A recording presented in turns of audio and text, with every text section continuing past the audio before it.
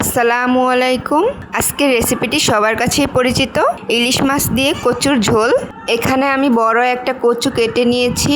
আমি এইরকম piece piece করে কেটে নিয়েছি, খুব ভালো করে ধুয়ে এখন সিদ্ধ করে নেব। সিদ্ধ করার আগে এর মধ্যে দিয়ে দিয়েছি হলুদ। এখন একটু নেড়েচেড়ে ঢেকে দেব। আমি কিন্তু ফুল সিদ্ধ করব না, হাফ সিদ্ধ করে নেব, যেহেতু আবার রান্না করব এজন্য হাফ সিদ্ধই করে নিতে হবে। সিদ্ধ করা হয়ে গেছে, এখন আমি নামিয়ে ফেলবো। অন্যদিকে কড়াইতে তেল গরম করে দিয়ে দেব পেঁয়াজ কুচি, কাঁচামরিচ কুচি। এখন খুব ভালো করে একটু লাল লাল করে ভেজে নেব।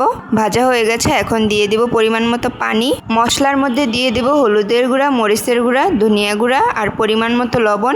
একটু নেড়েচেড়ে এর মধ্যে দিয়ে দেব রসুন বাটা আর জিরা বাটা। আবারও খুব ভালো করে নেড়েচেড়ে নেব। মশলার পানি শুকিয়ে আসলে দিয়ে দেব কেটে রাখা ইলিশ মাছ। আর আমি এই মাছগুলোতে আগে থেকেই লবণ মাখিয়ে রেখেছিলাম। এখন খুব ভালো করে নাড়াচাড়া হয়ে গেলে এর মধ্যে দিয়ে দেব পানি। যেহেতু আমি কষাবো তাই অল্প পরিমাণে পানি দিব।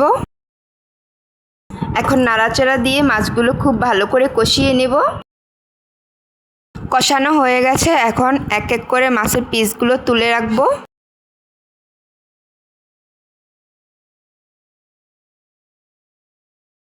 এখন সেই একই মশলায় দিয়ে দেব সিদ্ধ করে রাখা কচু।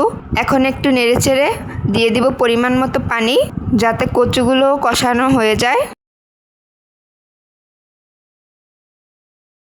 কচু কষানো হয়ে গেছে, এখন দিয়ে দিব ঝোলের পানি। যে যতটুকু ঝোল রাখবে সেই পরিমাণে পানি দিয়ে দেবে। ঝোলের পানি বলক আসলে এখন দিয়ে দেব সেই কষিয়ে রাখা ইলিশ মাছ। যেহেতু মাছগুলো নরম তাই আস্তে আস্তে নাড়া দিতে হবে। যারা কষানো মাছ পছন্দ না করো তারা চাইলে ভেজেও দিতে পারো। এই রেসিপিটি এতটাই সহজ যে প্রথম দেখাই শিখে ফেলতে পারবে। রান্না কিন্তু প্রায় শেষের দিকে। আমি আমার পরিমাণ মতো ঝোল রেখেছি, দেখতেই পারছো। রেসিপিটি কার কার ভালো লেগেছে কমেন্ট করে অবশ্যই জানাবে। আল্লাহ হাফেজ।